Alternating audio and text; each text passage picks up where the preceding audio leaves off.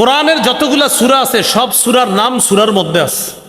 কোরআনের যতগুলা সূরা আছে সব সূরার নাম সূরাতে আছে, একটা সূরা ব্যতিক্রম আছে।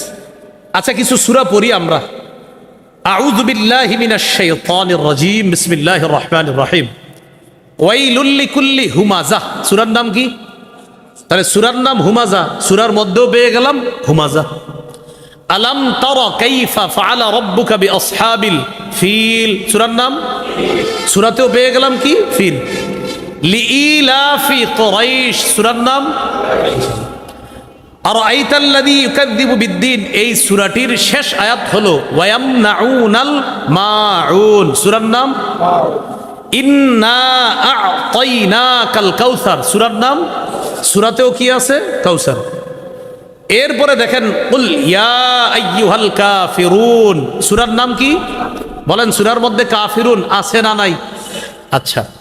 ইযা জাআ নাসরুল্লাহ, সূরার নাম কি? নাসর, সূরার মধ্যে নাসর আছে না নাই? তাব্বাত ইয়াদা আবি লাহাব, সূরার নাম, সূরার মধ্যে লাহাব আছে কিনা? আচ্ছা। এরপরে একটা সূরা বাদ দিয়ে পরেরটায় যাই। কুল আউযু বিরাব্বিল ফালাক, সূরার নাম কি? ফালাক। ফালাক শব্দটা সূরার মধ্যে আছে কিনা? কুল আউযু বিরাব্বিন নাস, সূরার নাম কি? নাস আসেনি সূরার মধ্যে, একটা সূরা বাদ রাখছি, কি নাম বলেন তো? আচ্ছা, সূরার নাম কি? এবার আমি সূরাটা বলি, দেখি ইখলাস শব্দটা বের করি আমরা, দেখি। কুল হুয়াল্লাহু আহাদ, পাইলাম না। আল্লাহুস সামাদ, পাইলাম না। লাম ইয়ালিদ ওয়া লাম ইউলাদ ওয়া লাম ইয়াকুল লাহু কুফুয়ান আহাদ, কোথায়? নাম তো ইখলাস, সূরার মধ্যে কি না ইখলাস?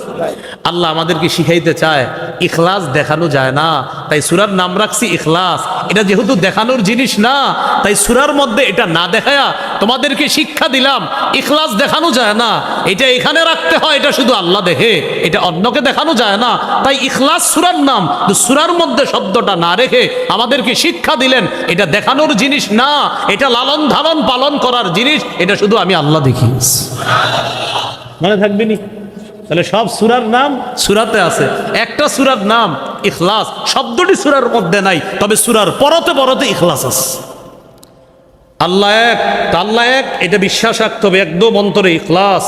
এটা আল্লাহ অমুখাপেক্ষী, হ্যাঁ ইখলাস একদম ভিতর থেকে বিশ্বাস করতে হবে। আল্লাহ সন্তান নেন না, সন্তান জন্ম দেন না, কারো থেকে জন্ম নেন না, এটা একদম অন্তরে বিশ্বাস ইখলাসের সাথে রাখতে হবে। আল্লাহর কোনো সমকক্ষ নাই, এটা শুধু মুখে বললে হবে না, এখানে রাখতে হবে। মানে এই সূরার পরতে পরতে ইখলাস আছে, এটা খুঁজে নিতে হবে, এটা বের করে নিতে হবে, এটা অনুভব করতে হবে। এটা দেখানো বা বলার জিনিস না, তো আল্লাহ শিখাইলেন ইখলাস, এটা দেখানো যায় না। তাই আমি আল্লাহ সূরার নাম ইখলাস রেখে সূরার মধ্যে ইখলাস শব্দটি আল্লাহ কেন দেননি শিক্ষা দিলেন। এই শোনো, ইখলাস দেখানো যায় না, এটা ভিতরে রাখতে হয়। আল্লাহ কত সুন্দর একটা শিক্ষা আমাদেরকে দিয়ে দিন। এই জন্য আমি বলি কি জানেন, আমাদের দেশে মুসলমান বেশি কিন্তু ইসলাম প্রিয় কম। কি বললাম বলেন তো? বলেন, কি বেশি? মুসলমান বেশি, কি প্রিয় কম? ইসলাম প্রিয়। আমাদের দেশের মানুষ মুসলমান বেশি কিন্তু ইসলাম প্রিয় না। আমাদের দেশের মানুষ মুসলমান কিন্তু ইসলাম প্রিয় না। যদি আমাদের দেশের মানুষ ইসলাম প্রিয় হতো, তাহলে এ দেশের আগামীর সরকার হতো ইসলামের সরকার। আসলে ঠিক তো? তাহলে ইসলামের সরকার গঠন করে দেখা যেতেন ইনশাআল্লাহ। এটা তো মাঠের বাইরে গেলে ভুলে যাবেন, কারণ আপনি তো খেয়ানত করবেন, আপনি তো গাদ্দারি করবেন, খেয়ানতটা তো আপনার দ্বারাই হবে। আপনি যাকে দায়িত্বশীল বানাচ্ছেন, চারটি বিষয়ে তার পক্ষে আপনি বলতেছেন। এক নাম্বার, যে ব্যক্তিকে আপনি দায়িত্বশীল বানালেন আপনি তার পক্ষে সাক্ষী দিলেন। দুই নাম্বার, যাকে দায়িত্বশীল বানালেন আপনি তার পক্ষে সুপারিশ করলেন। তিন নাম্বার, যাকে আপনি দায়িত্বশীল বানালেন আপনি তাকে গরিব মানুষের প্রতিনিধি বানালেন। চার নাম্বার, যাকে আপনি দায়িত্বশীল বানালেন তার সমর্থন করে আপনি আপনার আমানতটা এখানে প্রয়োগ করলেন। এবার বলি, এক নাম্বার, যাকে দায়িত্বশীল বানালেন তার পক্ষে আপনি সাক্ষী দিলেন। আপনি সাক্ষী কি সত্যের পক্ষে দিলেন না মিথ্যার পক্ষে দিলেন, সেটার জবাবদিহিতা করার জন্য আপনি তৈরি থাকেন। দুই নাম্বার, আপনি যাকে দায়িত্বশীল বানালেন তার পক্ষে আপনি সুপারিশ করলেন। আপনি যার পক্ষে সুপারিশ করেছেন এই পক্ষ সেটা কি সঠিক ছিল নাকি বেঠিক ছিল, এটার জবাবদিহিতা করার জন্য আপনি তৈরি থাকেন। তিন নাম্বার, আপনি যাকে গরিব মানুষের প্রতিনিধি বানালেন এই প্রতিনিধি বানানোর ক্ষেত্রে আপনি যে তাকে অথরিটি প্রদান করলেন, এই অথরিটি কি সঠিক প্রদান করলেন কিনা কিয়ামতের ময়দানে রবের সামনে দাঁড়ানোর জন্য তৈরি থাকেন। 4 নাম্বার, আপনি যাকে দায়িত্বশীল বানালেন, আপনি সমর্থন করা মানে আপনার আমানত এখানে আপনি প্রয়োগ করলেন, আপনার আমানত সঠিক জায়গায় প্রয়োগ করেছেন কিনা এটার জবাব দেওয়ার জন্য আপনি তৈরি থাকেন। আমি সত্যি বলছি, আমি পড়াশোনা করেই বলতেছি, আল্লাহর কসম, এই 4টা জিনিসের জন্য আপনি তৈরি থাকেন। আপনি সাক্ষী দিয়ে আপনি যাকে প্রতিনিধি বানাচ্ছেন, আপনার সাক্ষী যদি সত্যের পক্ষে হয় আপনি মুক্তি পেয়ে যাবেন। আপনি যাকে প্রতিনিধি বানাচ্ছেন, আপনার সুপারিশ যদি সত্যের পক্ষে হয় আপনি নাজাত পেয়ে যাবেন। আপনি যাকে প্রতিনিধি বানাইলেন যদি সে সঠিক যোগ্য ব্যক্তি হয় তো আপনি নাজাত পেয়ে যাবেন। আপনি যাকে প্রতিনিধি বানালেন যদি আপনার এই সমর্থনটা সঠিক জায়গায় হয় তো আমানত যথাযথভাবে পুরা করার কারণে আপনি নাজাত পেয়ে যাবেন। উল্টা যদি বিপরীতটা হয় তো আপনি ব্যর্থ, আপনি আল্লাহর কাছে ধরা খাবেন। এই কাজ আপনাকে জাহান্নামী বানাতে পারে। তাই আগামীতে বলার আগে, করার আগে, চলার আগে, হাত চালানোর আগে আপনি চিন্তা করবেন, আমার বলা, আমার স্পর্শ করা, আমার পায়ে চলাটা এটা আমানতের খেয়ানত হচ্ছে না তো? আমার মুখের সাক্ষী এটা অন্যায়ের পক্ষে হচ্ছে না তো? আমার সুপারিশ এটা অন্যায়ের পক্ষে হচ্ছে না তো? আমি যাকে প্রতিনিধি বানাচ্ছি সে কোনো জালেম না তো? আমি যার পক্ষে সমর্থন করছি এটা আমানতের খেয়ানত হচ্ছে না তো? এটা আপনি আগামীতে মাথায় রাখেন। এই 4 কথা মাথায় রাখেন। আরো 10 জনকে 4টা কথা আপনি শিখাইয়া দেন যে ভাই, পথ চলতে গেলে 4 কথা মাথায় রাখবা। তুমি কিন্তু সাক্ষ্য দিচ্ছ, তুমি কিন্তু সুপারিশ করছো, তুমি কিন্তু গরিব মানুষের প্রতিনিধি নির্ধারণ করছো, তুমি কিন্তু আমানত প্রয়োগ করছো। 4 ক্ষেত্রে যেন তোমার একটু উল্টা না হয়। যদি হয় তো রবের সামনে দাঁড়ানোর জন্য তৈরি থাকেন। এই 4 কথা গবেষণা করে আমি বারবার বলি, আমাদের দেশের মানুষ মুসলমান, ইসলাম প্রিয় না। যদি ইসলাম প্রিয় হতো তো এদেশে ইসলাম থাকতো রাষ্ট্রীয় ধর্ম এবং সংসদ আর বিচার ব্যবস্থায় থাকতো ইসলাম। বললাম যে মুসলিম কিন্তু ইসলাম প্রিয় না। যদি ইসলাম প্রিয় হতো তো সংসদ হতো ইসলামী সংসদ, বিচার ব্যবস্থা হতো ইসলামী বিচার ব্যবস্থা। সামান্য কথায় অনেক কিছু বোঝানোর চেষ্টা করলাম। যদি বুঝ থাকে, আকল থাকে, বুঝে নিয়েন। আল্লাহ বোঝার তৌফিক দান করেন। রাসূলুল্লাহ সাল্লাল্লাহু আলাইহি সাল্লাম বলেন, ওই যে ওখান থেকে গেলাম, আলেমদের ফজিলত শুইনা যে সুবহানাল্লাহ বলেন নাই? ফাদলুল ইলমি আহাব্বু ইলাইয়া মিন ফাদলিল ইবাদাহ। রাসূলুল্লাহ সাল্লাল্লাহু আলাইহি সাল্লাম বলেন, আলেমের এলেম অন্বেষণ করা সাধারণ জনগণের নফল ইবাদতের যে মর্যাদা, ফজিলত, এটার অনেক ফজিলত, কিন্তু এটার চেয়েও আলেমের এলেম অন্বেষণের মর্যাদা আমি নবীর কাছে আরো বেশি দামি, আরো বেশি প্রিয়। এখন একটা প্রশ্ন আছে যে আলেমের এলেম অন্বেষণের মর্যাদা সাধারণ জনগণের নফল ইবাদতের চাইতে ক্ষেত্র বিশেষ কেন বেশি? এটার কারণ হলো এই, একজন আলেমের এক কথায় একটা জাতি, একটা এলাকার পরিবর্তন হয়ে যায়। এজন্য তার এলেম অন্বেষণের অনেক মর্যাদা। এক আল্লামা আহমদ শফি রহমতুল্লাহ আলাইহির কথায় পুরা বাংলাদেশ এক হয়ে গেছিল। এমন একজন আল্লামা আহমদ শফির খোঁজে আছি আমরা এখন। আবার কি বলেন? না হয় আমরা সবাই মিলে এখন পারতেছি না, যেটা আল্লামা আহমদ শফি একাই পারছিলেন। আল্লাহ তার একার দ্বারা যেটা করেছেন এখন অনেকের দ্বারাও সেটা সম্ভব হচ্ছে না। তাই আল্লাহর কাছে একজন আহমদ শফি আবারও চাচ্ছি আমরা। আল্লাহ আমাদেরকে অনেক কিছু বুঝার তৌফিক দান করেন, কম কথায় অনেক কিছু বুঝার তৌফিক দান করেন। এগুলো আজকের 3 নাম্বার আলোচনা। আজকের 4 নাম্বার আলোচনা, গুরুত্বপূর্ণ আলোচনা। আপনারা আমার চেয়ে বয়সে ছোট আছেন, যে তো বয়সে বড়, মাফ করে দিয়ে শিশুর সামনে ছোট বলাবেন আপনাদেরকে দেখলে তো কিছু বলতে মন চায় না। এগুলো 3 নাম্বার কথা। 4 নাম্বার কথা, উপকারিতা লাভ করার দিক থেকে ইবাদত 2 প্রকার। ওলামা হযরতরা বলা দরকার নেই, আপনারা একটু বলেন সওয়াব কামাই করার দিক থেকে ইবাদত 2 প্রকার। 1, নিজে ইবাদত করে সওয়াব লাভ করা। 2, অন্যের সাহায্যে ইবাদত করে সওয়াব লাভ করা। বলেন তো, আমরা যে সওয়াব কামাই করি ইবাদতের, এই ইবাদত কয় প্রকার? 1, ইবাদতের সওয়াব কামাই করি কিভাবে? নিজে ইবাদত করে। আর একটা হলো অন্যের সাহায্যে ইবাদত করে। নিজে ইবাদত করে সওয়াব কামাই করা, যেমন ফজরের আগের 2 রাকাত সুন্নত কারো সাহায্য করছেন না, নিজে নিজে। জোহরের আগের 4 রাকাত সুন্নত, জোহরের পরে 2 রাকাত। আসরের আগে মন চাইলে আর কি 4 রাকাত সুন্নত। এশার আগে যদি সময় থাকে 4 রাকাত সুন্নত, এটা মন চাইলে ঐচ্ছিক। পড়লে সওয়াব আছে, না পড়লে কোনো গুনাহ নেই। তো এই যে কাজগুলো করলেন, এগুলা কি অন্যের সাহায্যে না নিজে ইবাদত করলেন? এটা নিজে ইবাদত করে সওয়াব। কোরআনের একটা সূরা বললেন, নামাজের মধ্যে আপনি আলহামদুলিল্লাহি রাব্বিল আলামিন নিজে নিজে ইবাদত করতেছেন। তিরমিজির হাদিসে আছে, মান ক্বারাআ হারফাম মিন কিতাবিল্লাহ ফালাহু বিহি হাসানা ওয়াল হাসানাতু বিআশরি আমসালিহা। কোরআনের একটি অক্ষর যদি কেউ পড়ে, তার আমল নামায় 10টি নেকি লিপিবদ্ধ হয়ে যায়। এটা হলো নিজে ইবাদত করে সওয়াব কামাই করা। 2 নাম্বার, অন্যের সাহায্যে ইবাদত করে সওয়াব কামাই করা। যেমন আজকে এশার নামাজ জামাতে আমরা একা একা পড়ছি, বলেন সবাই একা নাকি কারো সাহায্যে? কার সাহায্যে? ইমামের। বলেন কার সাহায্যে?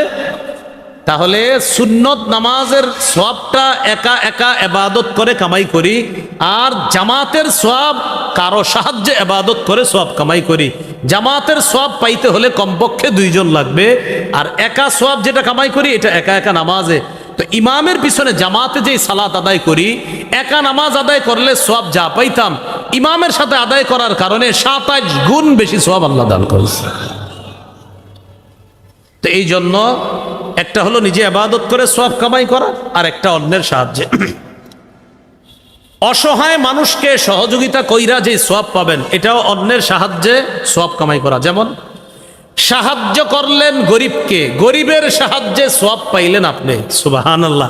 আবার দেখেন কি বলি, সাহায্য করলেন গরিবকে, গরিবের কারণে সওয়াব পাইলেন আপনি।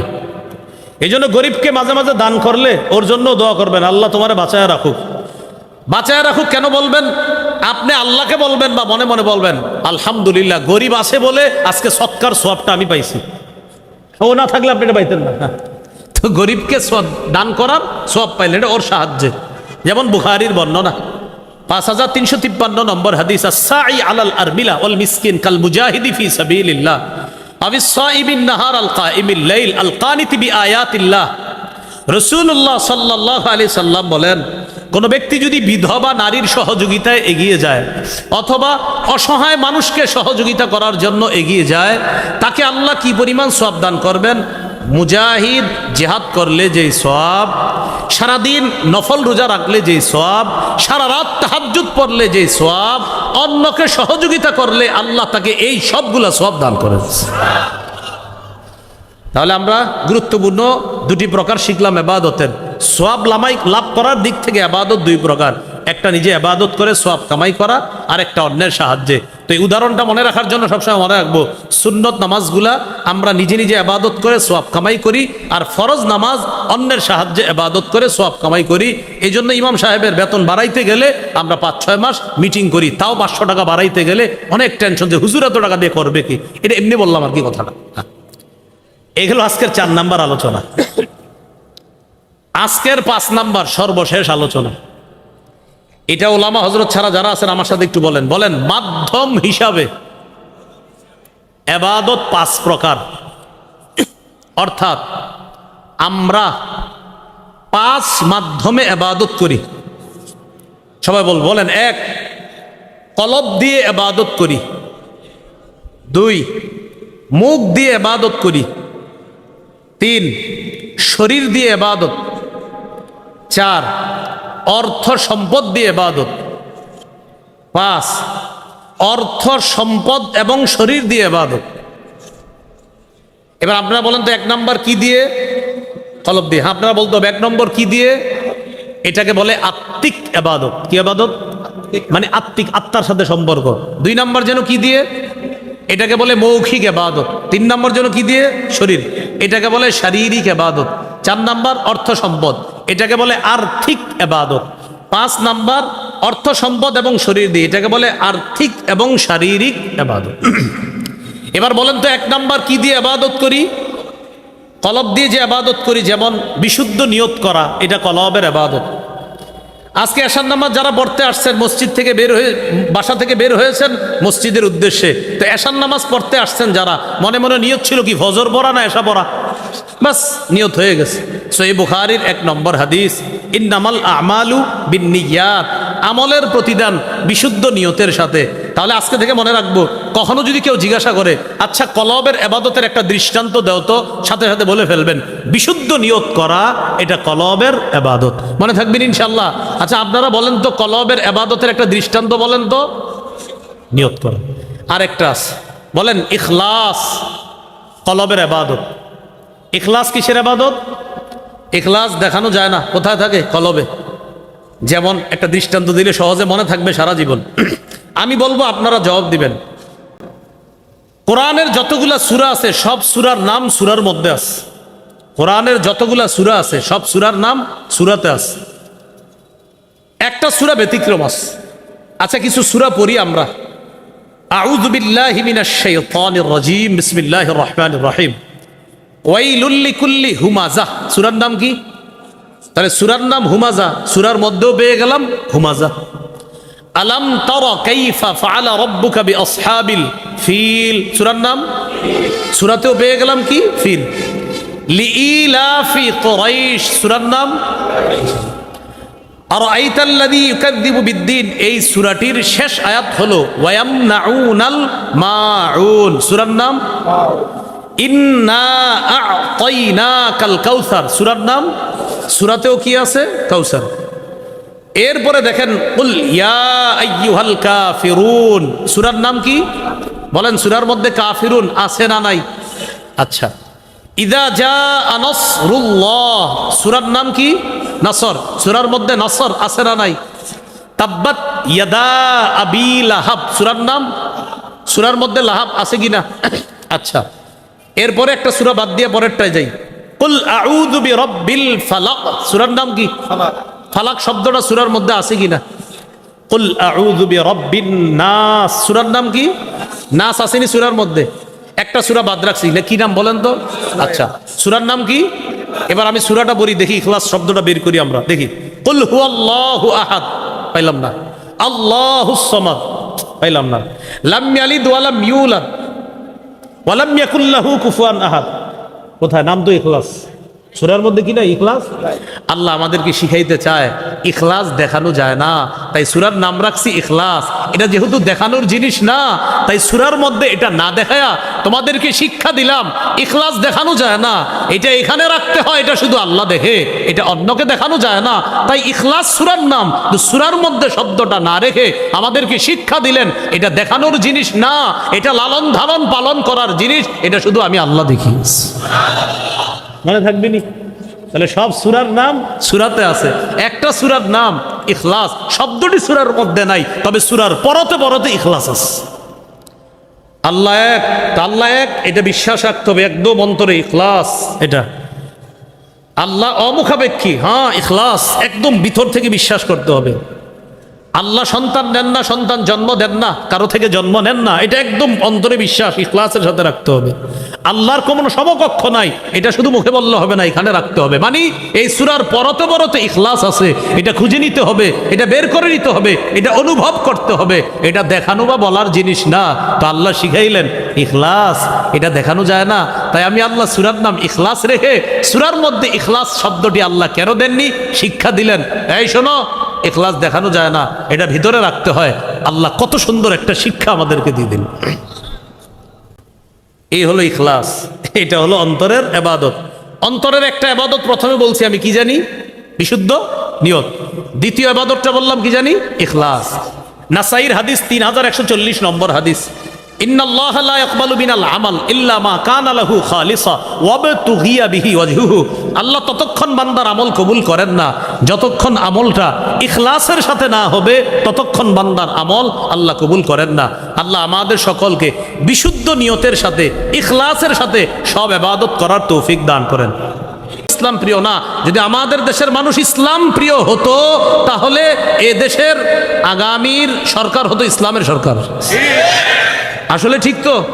তাহলে ইসলামের সরকার গঠন করে দেখা দেন ইনশাআল্লাহ। এটা তো মাঠের বাইরে গেলে ভুলে যাবেন,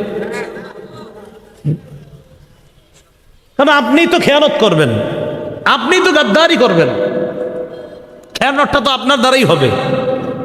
আপনি যাকে দায়িত্বশীল বানাচ্ছেন, চারটি বিষয়ে তার পক্ষে আপনি বলতেছেন। এক নাম্বার, যে ব্যক্তিকে আপনি দায়িত্বশীল বানালেন আপনি তার পক্ষে সাক্ষী দিলেন। 2 নাম্বার যাকে দায়িত্বশীল বানালেন আপনি তার পক্ষে সুপারিশ করলেন। 3 নাম্বার যাকে আপনি দায়িত্বশীল বানালেন আপনি তাকে গরিব মানুষের প্রতিনিধি বানালেন। 4 নাম্বার যাকে আপনি দায়িত্বশীল বানালেন তার সমর্থন করে আপনি আপনার আমানতটা এখানে প্রয়োগ করলেন। এবার বলি, 1 নাম্বার যাকে দায়িত্বশীল বানালেন তার পক্ষে আপনি সাক্ষী দিলেন। আপনি সাক্ষী কি সত্যের পক্ষে দিলেন না মিথ্যার পক্ষে দিলেন সেটার জবাবদিহিতা করার জন্য আপনি তৈরি থাকেন।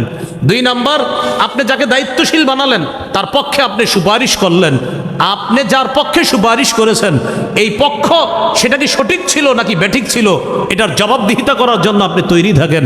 3 নাম্বার, আপনি যাকে গরিব মানুষের প্রতিনিধি বানালেন এই প্রতিনিধি বানানোর ক্ষেত্রে আপনি যে তাকে অথরিটি প্রদান করলেন এই অথরিটি কি সঠিক প্রদান করলেন কিনা কিয়ামতের ময়দানে রবের সামনে দাঁড়ানোর জন্য তৈরি থাকেন।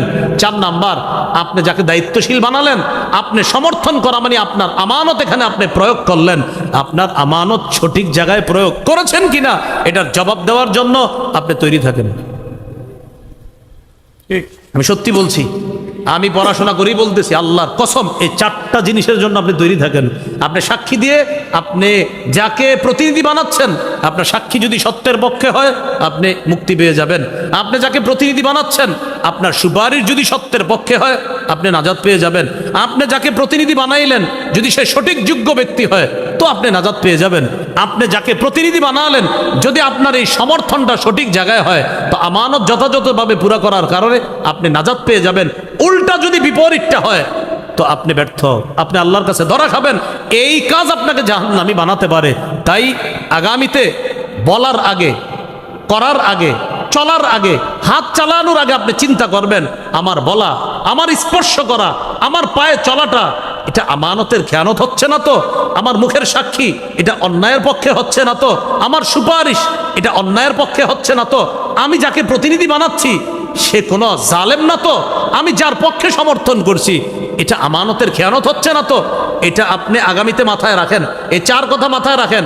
আরো 10 জনকে 4টা কথা আপনি শিখাইয়া দেন যে ভাই পথ চলতে গেলে 4 কথা মাথায় রাখবা।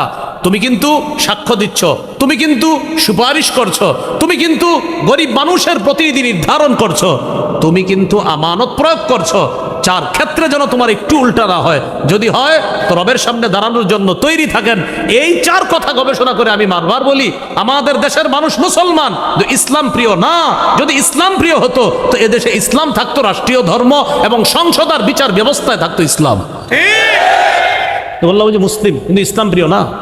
যদি ইসলাম প্রিয় হতো তো সংসদ হতো ইসলামী সংসদ, বিচার ব্যবস্থা হতো ইসলামী বিচার ব্যবস্থা।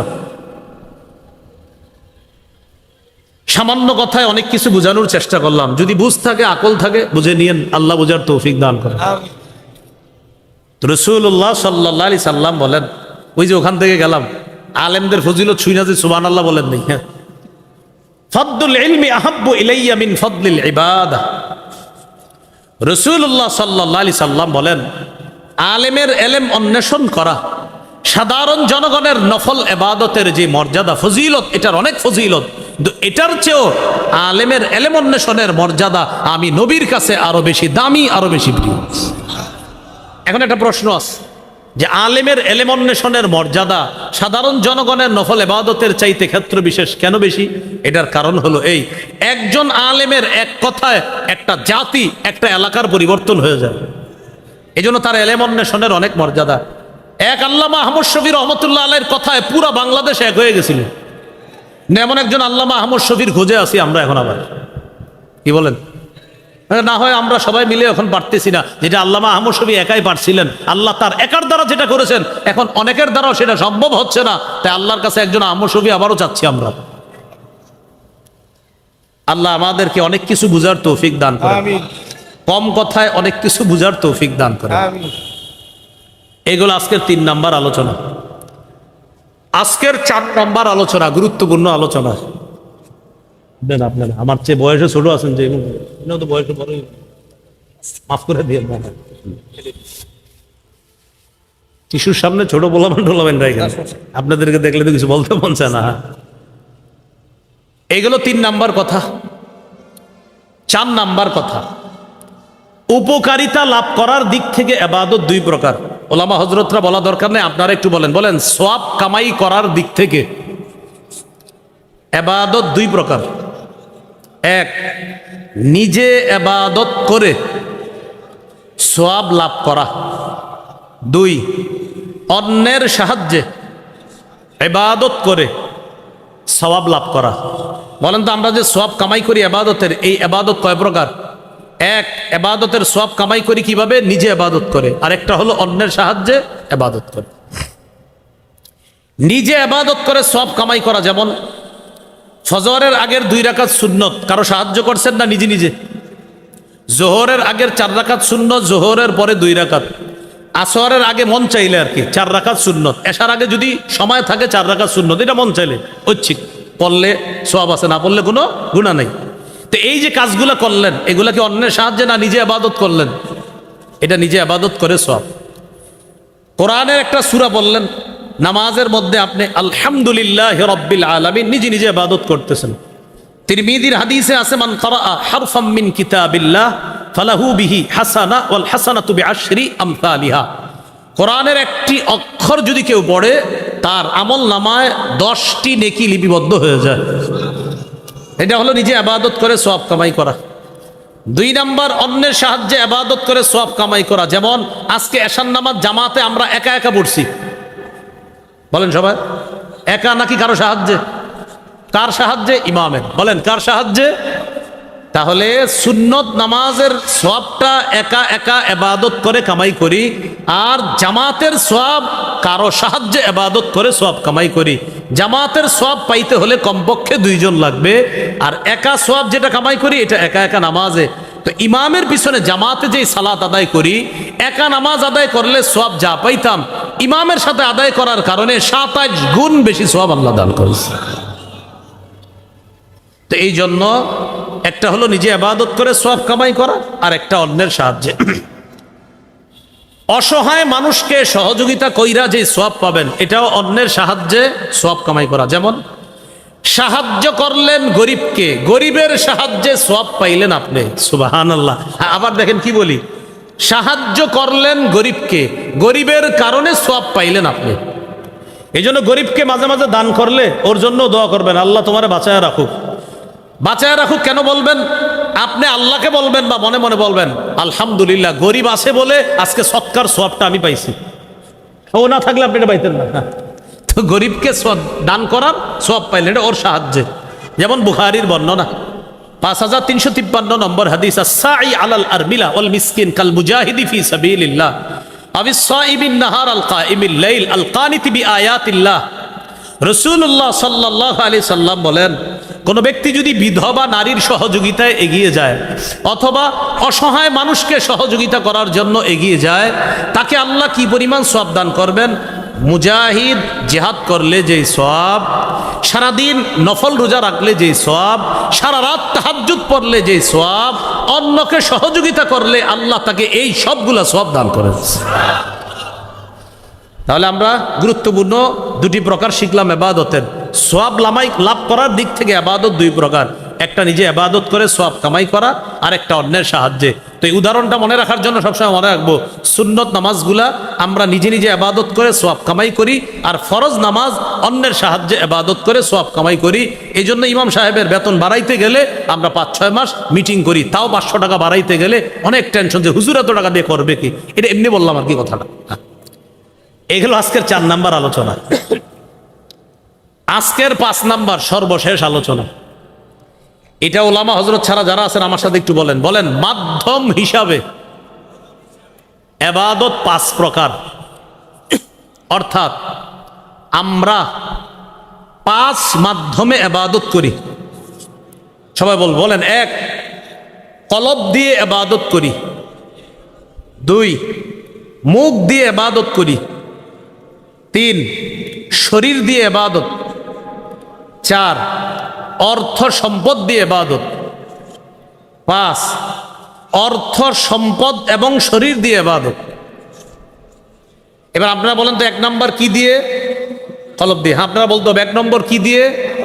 এটাকে বলে আত্মিক ইবাদত। কি ইবাদত? মানে আত্মিক, আত্মার সাথে সম্পর্ক। 2 নম্বর যেন কি দিয়ে? এটাকে বলে মৌখিক ইবাদত। 3 নম্বর যেন কি দিয়ে? শরীর, এটাকে বলে শারীরিক ইবাদত। 4 নম্বর অর্থ সম্পদ, এটাকে বলে আর্থিক এবাদত। 5 নাম্বার অর্থ সম্পদ এবং শরীর দিয়ে, এটাকে বলে আর্থিক এবং শারীরিক এবাদত।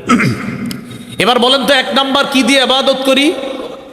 কলব দিয়ে যে এবাদত করি, যেমন বিশুদ্ধ নিয়ত করা, এটা কলবের এবাদত। আজকে এশার নামাজ যারা পড়তে আসছেন, মসজিদ থেকে বের হয়ে, বাসা থেকে বের হয়েছেন মসজিদের উদ্দেশ্যে, তো এশার নামাজ পড়তে আসছেন যারা, মনে মনে নিয়ত ছিল কি ফজর পড়া না এশা পড়া, বাস নিয়ত হয়ে গেছে। সহিহ বুখারীর 1 নম্বর হাদিস, ইন্নামাল আমালু বিন্নিয়াত, আমলের প্রতিদান বিশুদ্ধ নিয়তের সাথে। তাহলে আজকে থেকে মনে রাখবো, কখনো যদি কেউ জিজ্ঞাসা করে আচ্ছা কলবের এবাদতের একটা দৃষ্টান্ত দাও, তো সাথে সাথে বলে ফেলবেন বিশুদ্ধ নিয়ত করা, এটা কলবের এবাদত। মনে থাকবেন ইনশাল্লাহ। আচ্ছা আপনারা বলেন তো কলবের এবাদতের একটা দৃষ্টান্ত বলেন তো। নিয়ত করা।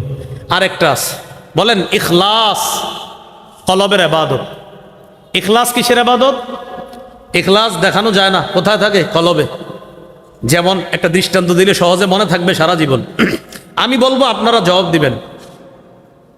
কোরআনের যতগুলা সূরা আছে সব সূরার নাম সূরার মধ্যে আছে। কোরআনের যতগুলা সূরা আছে সব সূরার নাম সূরাতে আছে, একটা সূরা ব্যতিক্রম আছে। আচ্ছা কিছু সূরা পড়ি আমরা। আউযু বিল্লাহি মিনাশ শাইতানির রাজীম, বিসমিল্লাহির রহমানির রহিম। ওয়াইলুল লিকুল্লি হুমাযাহ, সূরার নাম কি? তাহলে সূরার নাম হুমাযা, সূরার মধ্যেও পেয়ে গেলাম হুমাযা।